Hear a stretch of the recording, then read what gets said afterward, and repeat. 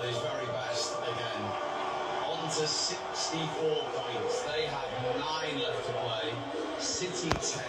We know they've got to play each other at the Etihad, and the gap is back to 5 points. And Liverpool seen his first league defeat as Chelsea head coach. I mean, they stay on 45. They're 3 behind Liverpool, which we are almost certain will be the final champions. ሰላም ጤና ይስጥልኝ። ዛሬ በኤምሬትስ ስቴዲየም የሆነው ነገር አስደናቂ ነበር። አርሰናል 2-1 አሸንፏል። ግን ይህ ድል የመጣው በታክቲክ ብልጫ ብቻ ነው ብላችሁ ካሰባችሁ ተሳስታችኋል። ዛሬ ቸልሲን የረታው በፕሪሚየር ሊጉ ታሪክ ታይቶ በማያውቅ የማዕዘን ኳስ ቺት ኮድ ነው።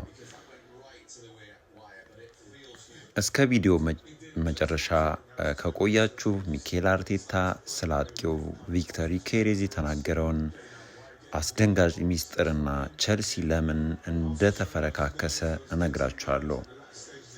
የዛሬው ጨዋታ ቁልፍ ነጥብ አርሰናል በቆሙ ኳሶች ላይ ያለው ፍጹም የበላይነት ነው። ኦፕታጆ እንደገለጸው አርሰናል ዛሬ ባስቆጠራቸው 2 ጎሎች በአንድ የውድድር ዘመን 16 ጎሎችን ከማዕዘን ኳስ በማስቆጠር የሊጉን ታሪካዊ ሪከርድ እኩል አድርጓል። ቡካዮ ሳካ በ21ኛው ደቂቃ ያሻገረውን ኳስ ዊሊያም ሳሊባ በግንባሩ በመግጨት መረቡ ላይ አሳረፈው። እንዲሁም 66ኛው ደቂቃ ዩሬን ቲምበር ሁለተኛና የድል ጎል አስቆጠረ። ይህ ጎል ለቸልሲ የመጨረሻ የሽንፈት የአርሰናል ደግሞ የድል አድራጊነት ነበር። እስኪ የባለሙያዎችን እይታ እንመልከት። ስካይ ስፖርት እና ዲኤስቲቪ ሱፐር ስፖርት በዋና ዜናዎቻቸው አርሰናል ኮርነር ቸልሲ ኢንቱ ሰብሚሽን በማለት አርሰናል ቸልሲን በማዕዘን ኳስ አንበረከከ በማለት ድሉን አወድሰውታል። የታዋቂው ተንታኝ ጋሪ ኔብል ንግግር ግን ብዙዎችን አነጋግሯል። አርሰናል በዚህ ብቃቱ ዋንጫውን ለማንሳት ምንም አይቀረውም ብሏል። አሁን አንድ ጥያቄ ልጠይቃችሁ። ቸልሲ 59% ኳስ ይዞ ለምን ተሸነፈ? ፔድሮ ኔቶ በ70ኛው ደቂቃ ያገኘው ቀይ ካርድ ለምን የቸልሲን ተስፋ ሙሉ በሙሉ እንዳጨለመው ከጥቂት ደቂቃዎች በኋላ በዝርዝር አሳያችኋለሁ። ሚኬል አርቴታ ከጨዋታው በኋላ በሰጠው መግለጫ ተከላካዮች በልምምድ ወቅት ቪክቶር ዩኬሬዝን መከላከል ናይትሜር እንደሆነባቸው እንደሚነግሩት ገልጿል።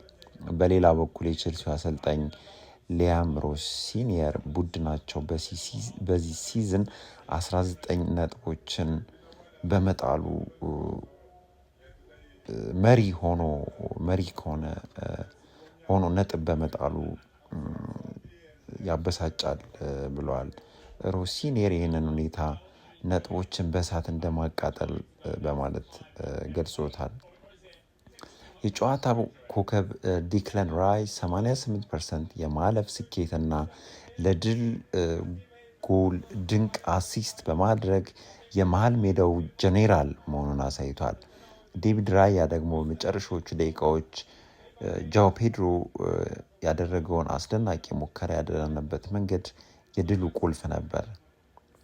አርሰናል አሁን በማንቸስተር ሲቲ ላይ የ5 ነጥብ የበላይነት ይዞ በሊጉ አናት ላይ በ64 ነጥብ ተቀምጧል።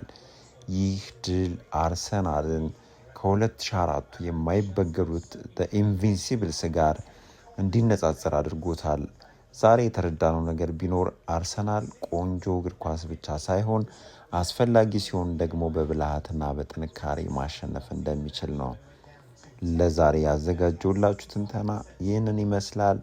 እናንተስ ዛሬ የአርሰናል ኮከብ ማን ነበር ትላላችሁ? ኮሜንት ሴክሽን ላይ አስተያየታችሁን ጻፉልኝ። በቀጣይ ቪዲዮ እስከምንገናኝ በተለይ ደግሞ አርሰናል ከማንቸስተር ሲቲ የሚያደርጉት ውድድር በጉጉት ይጠበቃል። እና ለአርሰናል ደጋፊዎች ዛሬ ያው እንኳን ደስ አላችሁ ለማለት እወዳለሁ። ቫሞስ አርሰናል!